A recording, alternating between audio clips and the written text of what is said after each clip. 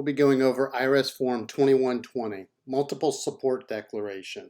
This tax form generally is used for taxpayers who may not otherwise qualify or pass the support test to claim a qualifying relative as a dependent on their tax return.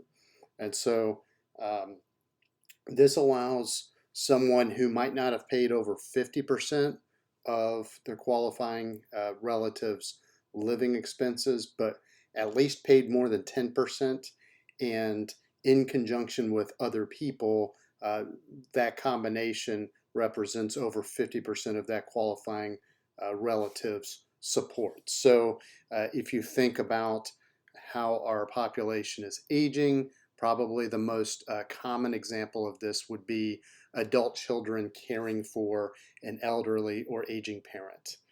So there might be a multiple support agreement or an arrangement between, say, two or more adult children. And as part of that agreement, they agree that in each year, one of them will claim that parent on their tax return as a dependent, either for certain tax benefits like the dependent care credit, something like that. So in order to actually be able to be recognized by the IRS to take that any tax benefits related to that, you may have to file IRS Form 2120, which not only indicates other people that would have possibly qualified for this tax benefit, but then also indicating that you have an agreement in writing with signed statements from each other eligible person that they are not claiming that person as a dependent this year. So, for example, in this case, we've outlined our hero John Doe. Basically, he's claiming their mother, Mildred Doe, for tax year 2022, and he's sharing support with his sister Amy Doe and with his brother Christopher. And so in this year, John Doe is stating on his tax return through IRS Form 2120 that he is going to claim his mother Mildred as the qualifying dependent, and he's laid out the two other people that would otherwise qualify, except they've agreed to waive their right in person this year. So this tax form is very straightforward to fill out. So the taxpayer that's claiming that qualifying relative on their tax return will put their taxpayer information at the top of the form. So their name, their social security number, and then right below that, we're going to enter the calendar year in question, which for most taxpayers is the same as your tax year, and then the name of the qualifying dependent. So a key part of this is that you're only listing people that would have paid over 10% of the support. So in this scenario, let's just pretend that each of these three children pays about a third of Mildred's support. So between the three of them, they're paying well over 50%. That's a qualification.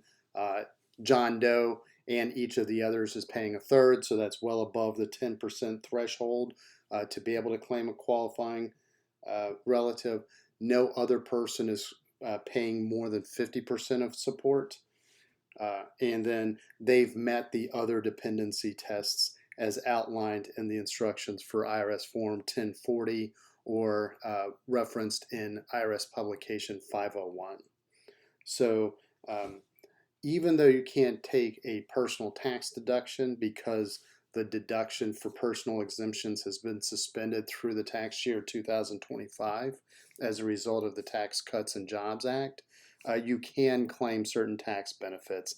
As I mentioned, the credit for other dependents, things of that nature. So within your perspective or within your tax situation, you may come to a multiple support agreement based on just a rotating pool of who needs to take the tax credit that year.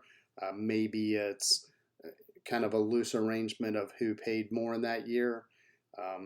But in this document, you can claim up to 4 different eligible persons, all of which need to have attested in writing that they've waived their right to claim. If you need more space, you can attach an additional document as long as it has each person's full name, social security number, and then address to include city, state, and zip code. So this tax form is fairly straightforward. It's pretty simple to complete, and the IRS requires you to submit this with your tax return, primarily because they're going to cross-reference your tax return and your Form 2120 with tax returns for these other taxpayers to ensure that people aren't claiming the same exemption. Multiple people are not claiming the same exemption for the same person.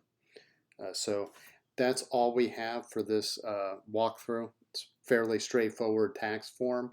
We do cover it in a little bit more detail and ask or answer additional questions in our article, which you can find on our website.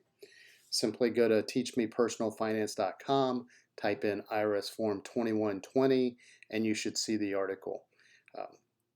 If you like our articles, please subscribe to our newsletter.